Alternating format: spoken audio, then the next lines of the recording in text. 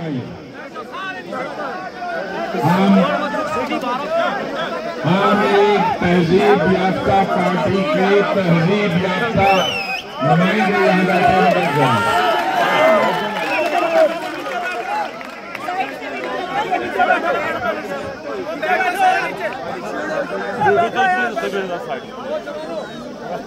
जब हम सियासत में शामिल हुए, सबसे पहले तालीम दी जाती थी कि एक तहजीब याफ्ता शहरी कैसे होना चाहिए और हमारा लहजा और जबान बुजुर्गों के चाहिए, मजहबी लीडरों के साथ कैसे होनी चाहिए, अपनी बुजुर्गों के साथ कैसे होनी चाहिए,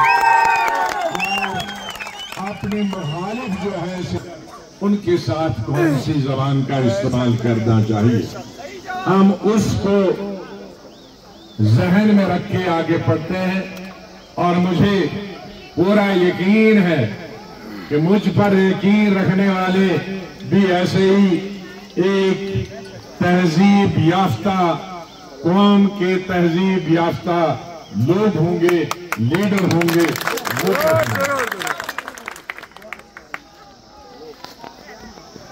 मेरे ये जितने भी यहाँ हाजिर मेरे नौजवान यहाँ से कुछ लोड़ा से साथ आए, हमारी बहनें माएं बेटियां, हमारे बुजुर्ग भाई बेटे, ये सब मेरे खून का एक हिस्सा है, इस जमीन और इस धरती।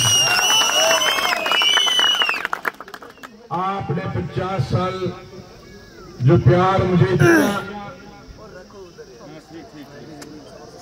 मैं जब महाराष्ट्र से एमपी बनता था और यहाँ आता था, मैंने आपको Received 6,000 rupees on Google Pay for business. और आप मुझे बुला नहीं पाई। Received 870 rupees on Google Pay for business.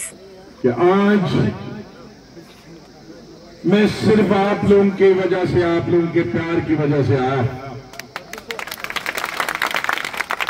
और वो प्यार क्या था? दिवसा एक गप्पा बीमारी फाइजर को फोन बता biasa ya bak edi bir kolas verdi tuliyum tool won seni utrayı मेरे पास 3 रास्ते थे सियासत करने के या रिटायर होने, या जैसे मैं 50 साल हिंदुस्तान में सियासत करता था, कश्मीर से लेकर कन्याकुमारी तक और जो अंडमान निकोबार वहां से लेकर लक्षद्वीप तक कोई भी हिंदुस्तान का 1 इंच नहीं है जिसका मैं इंचार्ज नहीं रहा।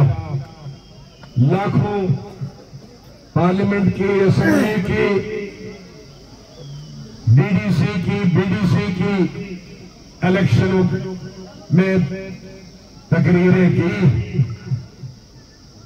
मैं अपने तौर पर दिल्ली पोर्ट पर मुतमईन था कि जितने मुझे मुल्क और मुल्क के लोगों की सेवा करनी चाहिए थी, अपने उम्र में उससे 4 गुना ज्यादा सेवा कर चुका।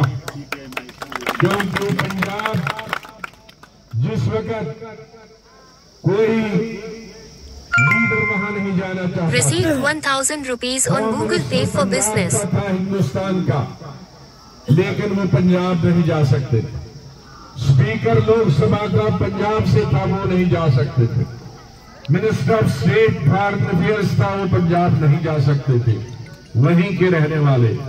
तब गुलाम नबी आजाद ने, आपके सपूत ने गांव में रहने वाले मिनिस्ट्री से इस्तीफा दिया और कहा, जब तक मैं पंजाब में शांति नहीं लाऊंगा, अमन चैन नहीं पैदा करूंगा, जब तक आतंकवाद खत्म नहीं होगा, मैं वापस दिल्ली नहीं आऊंगा। राजीव गांधी ने, जब मैंने इस्तीफा दे दिया राजीव गांधी को, राजीव गांधी ने कहा आपको मालूम है आप क्या कर रहे हैं, किस पे आपने किस चीज कागज पे दस्तखत किए हैं और आप मांगते क्या है? मैंने कहा नहीं, कहा आप मौत मांगते, आप बिल टिंटू के हाथ मरना चाहते हैं और दस्तखत किए हैं कि मैं वहां जाना चाहता हूं, मैं जाने नहीं दूंगा। और मैंने कहा कि मैं यहां रुकने वाला नहीं, आप मुझे कैद तो नहीं कर सकते, आप इस्तीफा करें मंजूर या ना करें, मैं चला। अल्लाह ताला का फजल है कि उन 4 सालों में 27 बार मुझ पे हमले हुए मिलिटेंटों के, पंजाब के, लेकिन अल्लाह ताला ने मुझे बचाया और पंजाब में तब से आज तक अमन है और शांति है। इसीलिए मैंने जो काम किसी से नहीं हो सकता था मैं अपने जिम्मे लेता था। इसीलिए मैं कहता हूं कि मैंने मुल्क की सेवा अपनी उम्र के हिसाब से ज्यादा कर दी। मेरे पास दूसरा रास्ता था कि फिर सेवा करूं, मेरे पास दूसरा रास्ता था कि मैं रिटायर होके आराम करूं। मैं अपने छोटे छोटे बच्चे जब तक वो बड़े नहीं हुए स्कूल कॉलेज तब तक उनकी शक्ल नहीं देख पाई। मैं चीफ मिनिस्टर रहा, मेरा बेटा एक दिन आया, बेटी एक दिन आई, लेकिन मैं मिल नहीं पाता क्योंकि मैं सुबह जाता था 6 बजे, रात को 12 बजे आ जाता था। मुझे देख नहीं पाए, वो वापस गए। मैं उनके साथ वक्त गुजारना चाहता था, लेकिन तब मुझे याद आया कि 2.5 साल मैंने अपनी स्टेट के लोगों को दिए, अपनी स्टेट के गांव वालों को, शहर वालों को दिए। लद्दाख से लेकर भलेसा तक, कहार जुगासर तक, दक्षिण मड़वा पाड़ तक, किश्तवाड़ डोडा तो ये तो बीच में आते हैं, शहर में आते हैं। मैं पहाड़ों की बात करता हूं, गुरेज तक, टंगधार तक, कश्मीर के। लेकिन 2.5 साल मैं 3 शिफ्टों में काम किया और अल्लाह को हाजिर नाजिर करके कहता हूं कि नींद मुझे सबसे प्यारी है। और उन 4 सालों में मैं 2.5 सालों में 2.5 घंटे से ज्यादा नींद नहीं कर पाया। मैं बिस्तरे पे तो 4 घंटे सो जाता था, रात के 2 बजे से सुबह 6 बजे तक, लेकिन नींद सिर्फ 2:30 बजे आती थी। 1:30 बजे मैं सोचता था रोजगार वहां नहीं है, रोजगार यहां नहीं है, सड़क वहां नहीं है, स्कूल वहां नहीं है, अस्पताल वहां नहीं है, कहां कहां पहुंचूं। लेकिन मुझे फख्र है और मुझे खुशी है कि आपको भी याद है कौन सब तारीख बनाई। मैं अल्लाह ताला से दुआ करता हूं कि हिंदुस्तान में नौजवान आए। मैं तो इलेक्शन नहीं लड़ रहा, लेकिन आए इस जज्बे के साथ कि मेरी तरह 2.5 सालों में जितनी इस रियासत में सड़कें बनी हैं वो न 500 साल पहले बनी थी, न 500 साल बाद बनेगी। जितने स्कूल 2.5 साल में बने हैं, जितने कॉलेज 2.5 साल में बने हैं, high school, higher secondary school बने हैं, प्राइमरी स्कूल बने हैं और मरम्मत की है, न 75 साल पहले बने थे, न 75 साल बाद में बनेंगे। जितनी तहसीलें, यहाँ ये 10-10 फुट पे तहसील है, 10-10 फुट पे इसी जग्यास और पिंगल और इस इलाके में देखिए 1-1 फुट पे तहसील चिल्ली, और साथ में शायद एक खेत एक तहसील में है, दूसरी तहसील में होगा। ये कभी मुमकिन हो सकता है? कौन सा गांव है जिसमें सड़क नहीं? उस सड़क के वजह से हर गांव वालों को तो सहूलियात मिली, स्कूल जाने की, बाजार जाने की, अस्पताल जाने की, डॉक्टर के पास जाने की। उससे हजारों गाड़ियां हमारे लोगों ने खरीदी, हजारों बच्चे ड्राइवर काम कर रहे हैं और अपनी गाड़ियां हैं, उससे कुछ 4 आने तो पैसे कमाते हैं, वो भी रोजगार है। नौकरी की 3000 नौकरी से तो अपनी गाड़ी उसमें Receive 300 rupees on Google Pay for business. वो भी हजारों लोग को आज, बल्कि इस रियासत में देखेंगे लाखों लोगों को, जहां मैंने पुलिस की भर्ती नहीं की, मेडिकल कॉलेज 75 साल में यहां 2 थे मैंने, जब हिंदुस्तान का हेल्थ मिनिस्टर बना 5 मेडिकल कॉलेज थी। यहां मुसलमान आबादी वाला, ज्यादा आबादी वाला 70% आबादी वाली रियासत, और कश्मीर में 98% वाली आबादी मुसलमान थी। लेकिन 70 साल किसी ने हज हाउस नहीं बनाया। गुलाम नबी आजाद ने 3 शिफ्ट में 8 महीनों में हज हाउस बनाया। हिंदुस्तान में सब हज हाउस थे, जहां हिंदू आबादी 80% है, वहां भी हज हाउस थे। लेकिन कश्मीर जहां 98% मुसलमान थे, वहां के लीडरों ने हज हाउस नहीं बनाया। अस्पताल जब कोई नई डिस्ट्रिक्ट बनती थी वहीं बनती थी। मैंने तकरीबन 75 अस्पताल बनाए, डिस्ट्रिक्ट, पुराने डिस्ट्रिक्टों के भी, नए डिस्ट्रिक्टों के भी, सब डिस्ट्रिक्ट। अभी मेरे को शरीक बता रहे थे गुंदों में, वो गुंदों में तो असली बनाना चाहता था इंद्री, बीच में कहरास के बीच में 6 महीने हमने ऐसे ही रखा जमीन ढूंढने के लिए, लेकिन जमीन उसके हिसाब से नहीं मिली। गाड़ियों के लिए भी होनी चाहिए, एम्बुलेंस के लिए।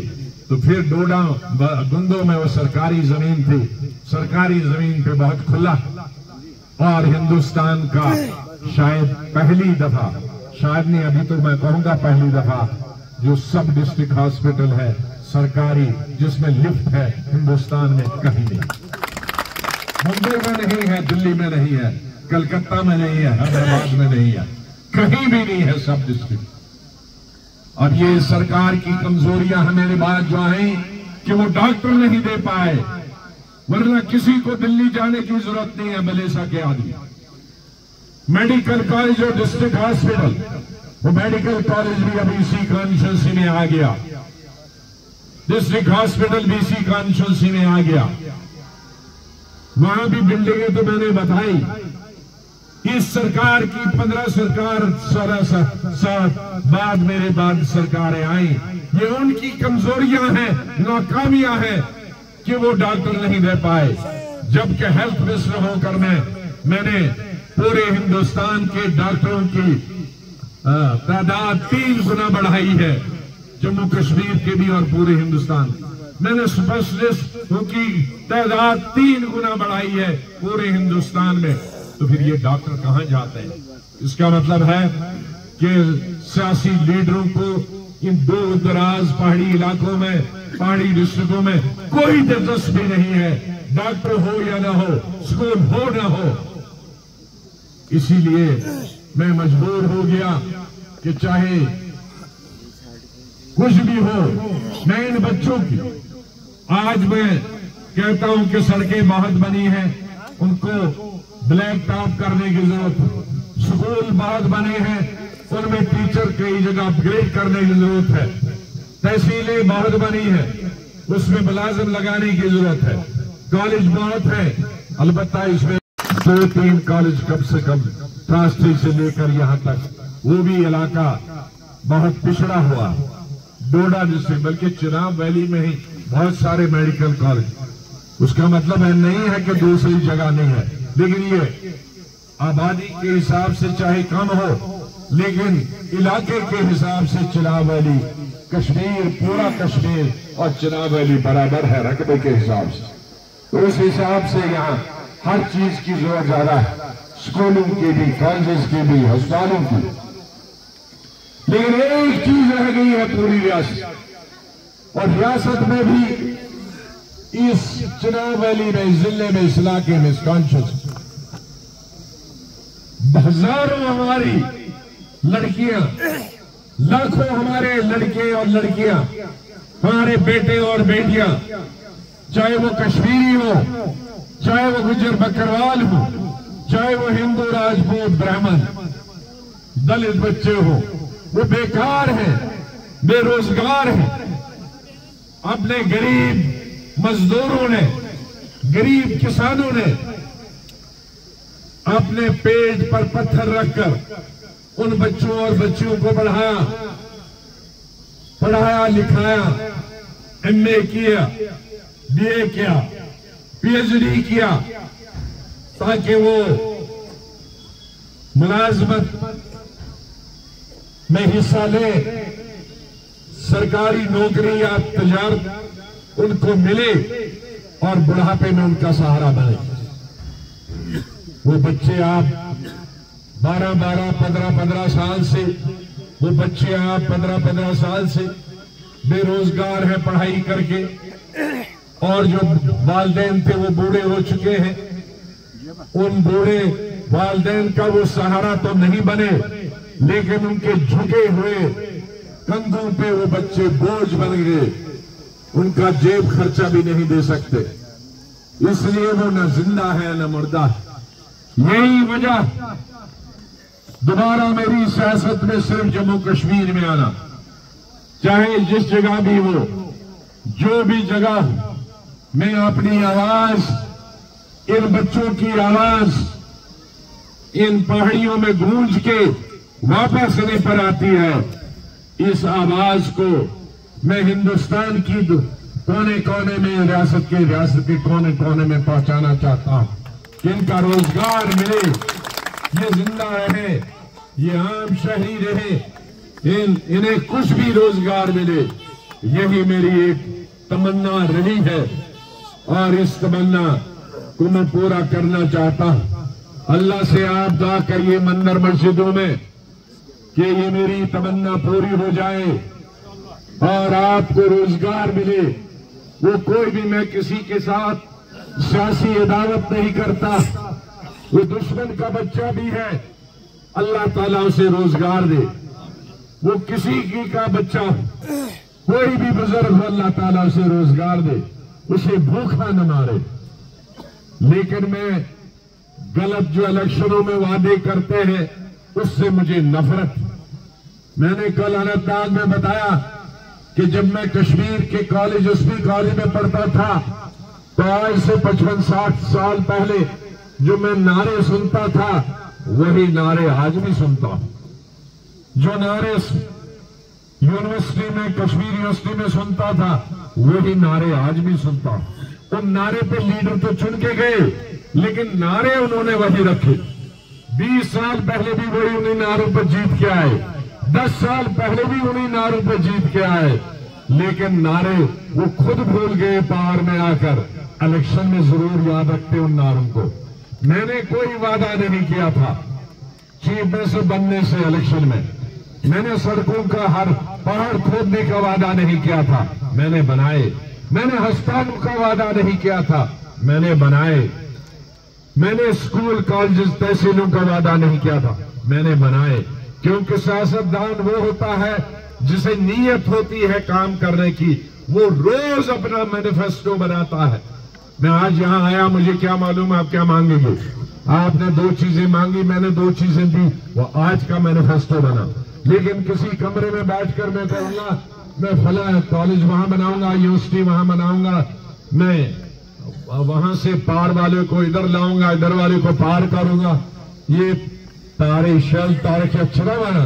ये शैल तारक हमारे दादा परदादा ने भी देखे, हमारे बाप ने भी देखे, हमने भी देखे, अब मेरे बच्चे भी देख रहे हैं। मेरे बच्चे पढ़े लिखे हैं, वो गूगल में आप सब देखते हैं। वो उन्होंने मुझे कहा कि यहाँ तो 1930 में भी यही नारे लगते थे, आजादी से पहले। मैंने कहा बच्चे तुम ठीक कह रहे हो, क्योंकि पार्टियां वही है और नारे भी उनके वही है, लेकिन हुक्मरान सिर्फ बदलते हैं, वो हर 15 साल बाद दूसरा अपने घर का। तो इसलिए नारे तो वही रहेंगे, कोई नारा बदलने वाला नहीं। कोई, मैंने आपने किसी के मैनिफेस्टो में, ये किसी की तकरीर में जो बाहर से आए आज हेलीकॉप्टरों से उतरे हैं, वो हेलीकॉप्टर की जगहें भी गुलाम नबी आजाद ने 20 साल से खोजी। आज मेरे गुजर भाइयों को कोई ढूंढता है, और आज से 30 साल पहले तुम्हें मालूम भी थे यहाँ गुजर है, तुम्हें मालूम था कि ये गली कहाँ है, वो इनके पीछे गांव कहाँ है, मनो कहाँ है, कोटा कहाँ है, बट हड्डल कहाँ है, इसी तरह से बंजवा में कहाँ है। ये गुलाम नबी आजाद ने ये सड़कें उन जगह पहुंचाई, ये हेलीपैड उसने बनाए। आज कोई भी आता है, मुझे खुशी है कि कल प्राइम मिनिस्टर ने स्टेडियम दिल्ली में जम्मू डोडा में पब्लिक मीटिंग की, वो स्टेडियम भी गुलाम नबी आजाद ने बनाया। आज कोई भी वादा कर ये कह दे कि उसका क्या, जिन स्टेडियमों पर उतरते हो, जिन स्टेडियम में पब्लिक मीटिंगें करते हो, जिस असेंबली में इस वक्त बैठे हो, 40 साल पहले कश्मीर की असेंबली मिलिटेंटों ने जलाई, लेकिन गुलाम नबी आजाद के आने तक किसी ने नहीं बनाई। गुलाम नबी आजाद ने रात दिन 11 महीनों में बनाई। मुगलों ने 3 बाग बनाए थे, निशात, शालामार, चश्मा शाही। मुगल के बाद गुलाम नबी आजाद ने 4था बाग बनाया, ट्यूलिप गार्डन। 500 साल कोई बादशाह कोई नहीं कर पाया। इसलिए अब बड़ी बड़ी चीजें बहुत बनाई है। मुझे एक छोटी सी ख्वाहिश है कि ये बच्चे नन्हे मने गांवों के, कस्बों के, शहरों के जो बेकार हैं, ये बेरोजगार हैं, ये बड़े हो जाएं, इनकी शादी हो जाए। मेरी बेटियां जो शादी नहीं कर पा रही हैं क्योंकि खुद पढ़ लिख के बेकार, और जिससे शादी करें वो बेकार, वो मेरी बच्चियां, मेरी बेटियां हिंदू हो, मुसलमान हो, कश्मीरी हो, गुज्जर हो, बकरवाल हो, उनको रोजगार मिले, यही मेरी तमन्ना। इसलिए मैं आप सबसे गुजारिश करता, सब मेरे सामने जिंदगी में मैंने कभी हिंदू मुसलमान गुज्जर कश्मीरी नहीं किया। जिस दिन मुझे कोई ये कहेगा गुज्जर क्या आपने कश्मीर को ज्यादा नहीं दिया या उसको अंदर बिठाया, मुझको बाहर बिठाया, जिस दिन हिंदू कहेगा कि मेरा इंटरव्यू में ऊपर था, आपने मुझे सिलेक्ट नहीं किया लेकिन आपने मुसलमान को किया, उस दिन अल्लाह ये दुनिया न दिखाए। मैंने ऐसा कभी नहीं किया। मेरा हमेशा मानना है, स्कूल के जमाने से अल्लाह ताला ने ये सब कायनात पैदा की है, चाहे वो अंग्रेज हो, वो हिंदू हो, मुसलमान हो, अल्लाह की पैदावार उसी की है। इंसान से उसने इंसान पैदा किया, जानवर से उसने जानवर पैदा किया है, मछली से उसने मछली पैदा किया है। और अगर हमें इंसान बनाया है तो हमें जानवर की तरह बिहेव नहीं करना चाहिए, हमें इंसानों को इंसान की तरह ही उसके साथ संबंध रखना चाहिए, ताल्लुक रखना चाहिए। इसलिए मेरे सामने आप सब एक हो, और मैं चाहता हूं मेरा नुमाइंदा इस वक्त, मैं बीमार नहीं होता तो शायद मैं खड़ा हो जाता, लेकिन बीमारी की वजह से नुकसान हुआ कि मैं खुद खड़ा नहीं हो पाया, और 20-30 लोग जो और खड़े करने थे वो नहीं खड़े कर पाया। लेकिन मैं वानी साहब का जब ये डोडा से इलेक्शन लड़ते थे तब भी वानी साहब की कैंपेन करने जाता था, लेकिन वानी साहब नीचे जाते थे और मैं हेलीकॉप्टर से आता था, और वो ऊपर पहाड़ पे कौन होता था, वो उर्फी मजीद होता था। ये वानी साहब उर्फी मजीद पहाड़ों के लिए मैंने रखा था इनकी कॉन्स्टिट्यूंसी में 20 साल। मैंने उर्फी को कहा है कि पहाड़ भलेसा के ठाठरी से पीछे ये तुम्हारे हिस्से में, और मैदानी इलाका गाड़ियां जहां जाए वो वानी साहब के हिस्से में। लेकिन डोडा में नहीं, इनके साथ भी आप अपनी जिम्मेदारी से नहीं बच सकते। ये हमारे डिस्ट्रिक्ट प्रेसिडेंट हैं,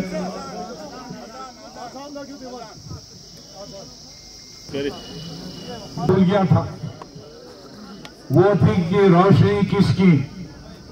मैंने ये कानून लाया था कि हमारे रियासत की आधी आबादी और चिनाब वैली की तो 70 से 80% आबादी सरकारी जमीन पर, घर सरकारी जमीन पे माल मवेशी सरकारी जमीन पे और खेत सरकारी जमीन।